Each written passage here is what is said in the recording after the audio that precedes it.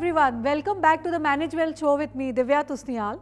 Without wasting any further time, let's welcome the guest of our evening, Anshul Arzare, Executive Director and Chief Business Officer, Yes Securities. Hello Anshul, how are you doing? All well, how are you doing? Nice here, so nice of you to be here. Pleasure is all mine. Thank you, please be seated. So Anshul, you have been associated with the financial sector from the beginning of your career. Can you tell us just about your journey, how did it unfold and what actually drove you to this sector? So actually I started my career way back in 1998 in a FMCG world. So that was that time toiling on streets and under the sun. So went with the flow as started with financial product distribution in ICICI Capital Services way back in 2000. What I noticed in your career, you always had a niche to get into some kind of startup and then build up the whole empire on it. Is it true about you?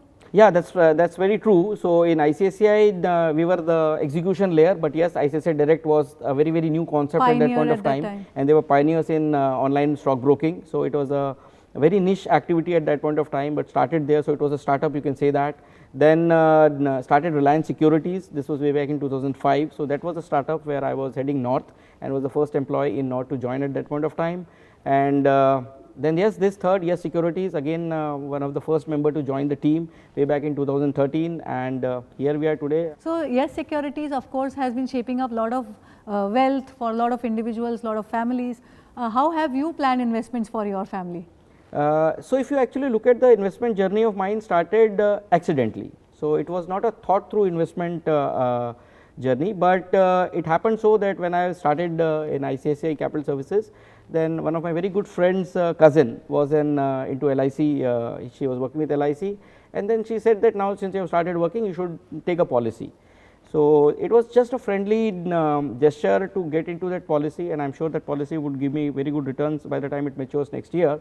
And second investment within the same time, when I was used to stay with my aunt, and she said that there is an old lady used to come at home and collect deposits, collect RD for recurring supplement deposits. RD for a post office. Okay. So she got it done. She took that 500 rupees. My aunt said that you should start investing. So 500 was that first 500 was the first SIP. We did it for 5 years. So basically for our consumers, the viewers, they can take out two principal learning from this answer, as in you start early and with whatever nominal amount you have, even if it is rupees 500, you start doing a recurring kind of thing, whatever investment mode you feel comfortable with. And of course you should have a diversified portfolio, because you did insurance also, you did RD also, you started a SIP also. So actually you should have a platter of all that. Absolutely, absolutely correct. Start early is the mantra, because if you look at it, we call it in the financial industry the 8th wonder of the world is basically the power of compounding. Okay, yes. So the kind of an value which you create with a small SIP, even for 500 rupees or 1000 rupees. And the second most important vector, as you said, is discipline. So if you remember the age old mantra, karat karat abhyas ke jadmati hot sujan, rasri avat jaatte silpar parat nisan. So basically when a fragile rope can make an impact on a hard stone, I mean with an SIP of even a small amount, with whatever amount with given a time period of the continuous process. The continuous process will definitely make a wealth for you or anybody for that matter. So basically you mean that the youngsters should drive the message, as in doing a continuous effort and a disciplined method of saving with whatever nominal amount. Anything else which they should know from this whole scenario? Yeah, absolutely. So there is nothing called I can invest only when I have a huge surplus. So they can start with small, and you can keep gradually adding it as your income increases over a period of time. But the first thing which is important for anybody to understand at this point of time, who is let's say a youngster with an early age of maybe 23, 24, is first he has to foresee that what kind of responsibilities he will have when he is at around 40, 45. Because that's the time when you have the maximum responsibility and not enough wealth to protect the family in case something untoward happens. So envisaging that, what is the amount which I will need it at that point of time, the insurance cover has to start at today. Yes. Because you will get it much cheaper, and that is the time when you actually need it. Much cheaper, level premium forever. And forever. So you continue paying for a premium for let's say 25 to 30 years from here, when you started even at 20. So then you are at age of 50, you are till the time, if you cross 55, 56, then probably you have will probably make enough wealth for you. Done enough succession planning also. Enough succession planning, you will get time to do that. So you won't need a cover at that point of time, but the cover maximum you need when you are somewhere around 35 to 45, because you have responsibilities, but you haven't spent enough, saved enough wealth to take care of that cover. So, the first thing I think one should take is a insurance cover to start with. Then obviously put some money aside every month on month through either it can be done through an equity SIPs, direct into stocks can be done, it can be done through mutual fund route, it can be done through ETFs, it can be done, some part can be done through RDs, which is a fantastic product. And the third is, please continue this for the time period which you have decided on. Do not break it. So, most of our lessons we learn from our parents. I am sure you would have learned many investment ideas from your father as well. So, what do you think, how it has changed the investments in 80s and 90s and today? So, down back in 80s and 90s, obviously that investable surplus available with the families were less, because the income ranges were less, and as a percentage of GDP, that value was also in single digits, you know. So, that and obviously the economies were not that opened up, the avenues of investment were very less. So, largely and reasonably well interest rates, good interest rates on fixed deposits. So, the restriction, I mean the concept was largely towards EPF or a voluntary provident fund, and this is the one factor which my father kept telling me, that every time you have an option of VPF, which is voluntarily you add some money out there, because that will be a forced saving. And so, I kept doing that, and that is one of the largest corpus which I have today. Traditional and old method. Yeah, traditional and old method. So, that was were the traditional methods at that point of time. But as we see now today, I mean there is the investable surplus as in percentage is huge, and that GDP overall value has also gone up. So, that whether the percentage has gone up as well as the base rate of that percentage is also gone up. So, the huge money available with the retail investors, and there is a difference in how the people perceive risk today. So, people are investing into a lot of avenues now. So, you mean people, the perception towards risk has changed. So, how has it changed or evolved? Was it more conservative earlier? Yeah. So, if you look at a journey between last 15 to 20 years, the biggest change which has happened in an investor profile and the entire ecosystem of investments is risk. How do they perceive risk?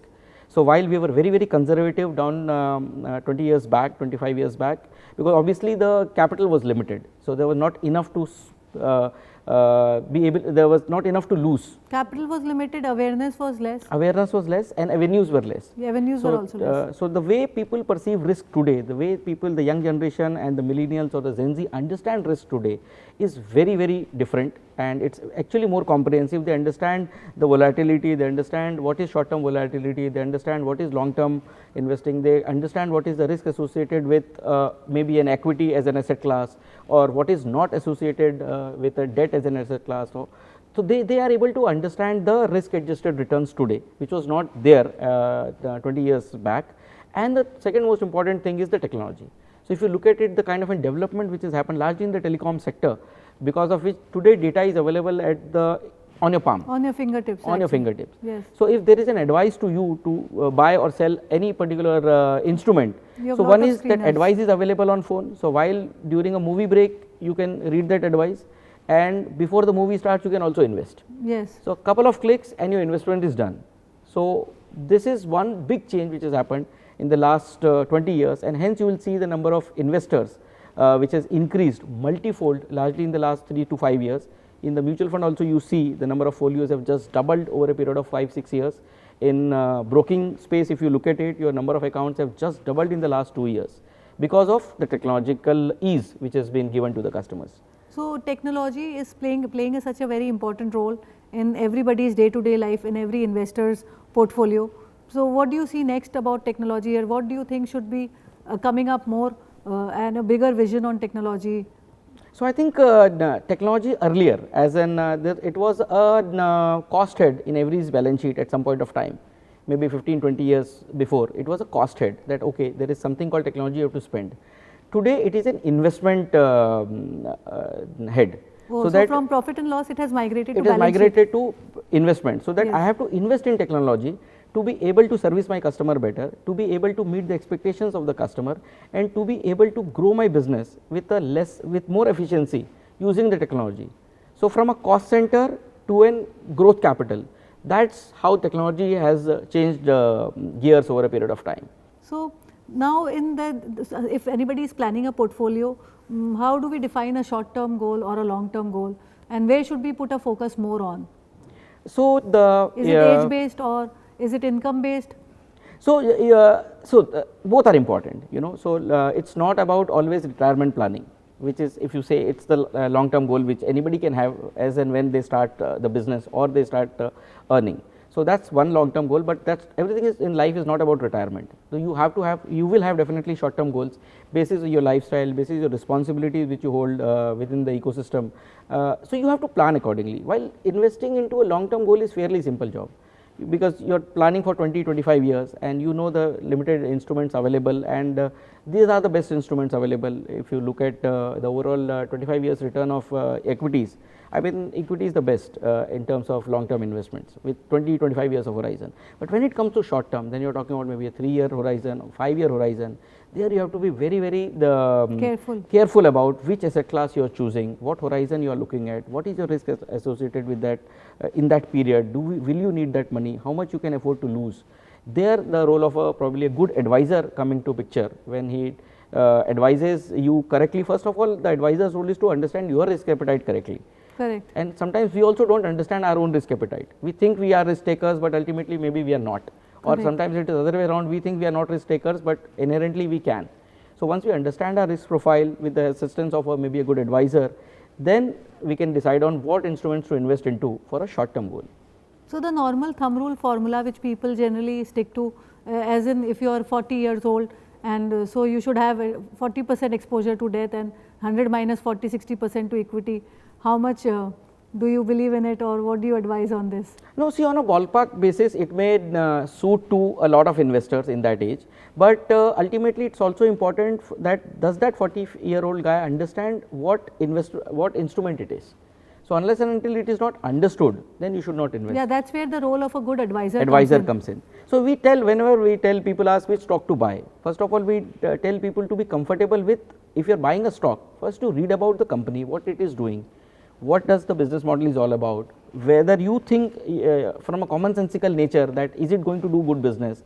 So, first to become comfortable and then invest into the stock rather than just listening to our advice and then investing blindly, because then if there is a short term volatility in the market, you will become uncomfortable. So, basically the tide has to be longer only to take care of the short term volatile. As far as equities is concerned, yes, your horizon has to be reasonably good, because short term is anybody's guess. Yes. Next 3 months, 6 months is anybody's guess in the market. Yes, and it is very so unpredictable, and for example, the war which happened now, Russia and Ukraine, so that had a major impact and all the stocks were on the red that day, people suffering huge losses that day. So, absolutely. So, those people who are holding on to stocks, they may not be so uncomfortable with it, but those who are having a leverage position will definitely have a tough time to hold on to the positions, given the kind of an negative return which is given by the markets in the last week. And war situation is like whenever there is a war, that means there is an uncertainty. Yes. So, uncertainty is the biggest time to make money or lose money. Uncertainty in given a times of uncertainty, you should avoid. So, you should avoid being into leverage position. You should continue waiting for some opportunities to enter. So, Anshul, there are so many security houses managing clients' portfolio. What is it that Yes Securities does very differently and in a unique way compared to others? Yeah. So, our goal is very simple, that we want to partner with our customers in their journey of wealth creation. For that, we understand that equity is one of the very important asset class, but that is not the only asset class we advise customers on. At the same time, when it comes to equity, we have one of the largest research teams in the country, and very able research team, and our research calls has been really exciting in terms of fundamental calls which we focus on. So, where the durability of a call is close to 18 months to 24 months, and that is where we focus on clients to invest into equities through a long term perspective and not short term trading. Okay. So, during this pandemic there has been lot of ups and downs and volatility and shift in the sentiments of the investors. So, what are the key steps which you have adopted post these last 2 years? So, fundamental remains the same, client is at the center. So, you have to focus on what clients need from you, and hence today we realize that the digital is the mode where the pandemic has made lot of us go pure digital and comfortable with the digital mode, and obviously the young generation, the Gen Z, is purely on digital. So, we will be spending a lot of money on digitizing our business. so that we can meet the expectations of the young generation. So basically three key focus areas for your company, as in one, digitalization as you just mentioned, then customer centric, and of course research team. You've invested heavily on the research. Absolutely. So these three are the key focus areas. Yeah, for because yes if you want to give this research to a customer and the customer does not want it physically, you have to give it digitally. Correct. So, Correct. the mode of transaction is no longer decided by the manufacturer. The mode of transaction is decided by the customer. Yeah, by the buyers. It's a By the buyer's buyers. market. It's a buyer's market, and Yes. any point of time, it's always a buyer's market. Yes. The customer should be able to understand and meet his expectations through you. True, And true. that's the whole idea. So like in the going years, where do you think, what are the plans which the Yes Securities will have for the vision going forward from here?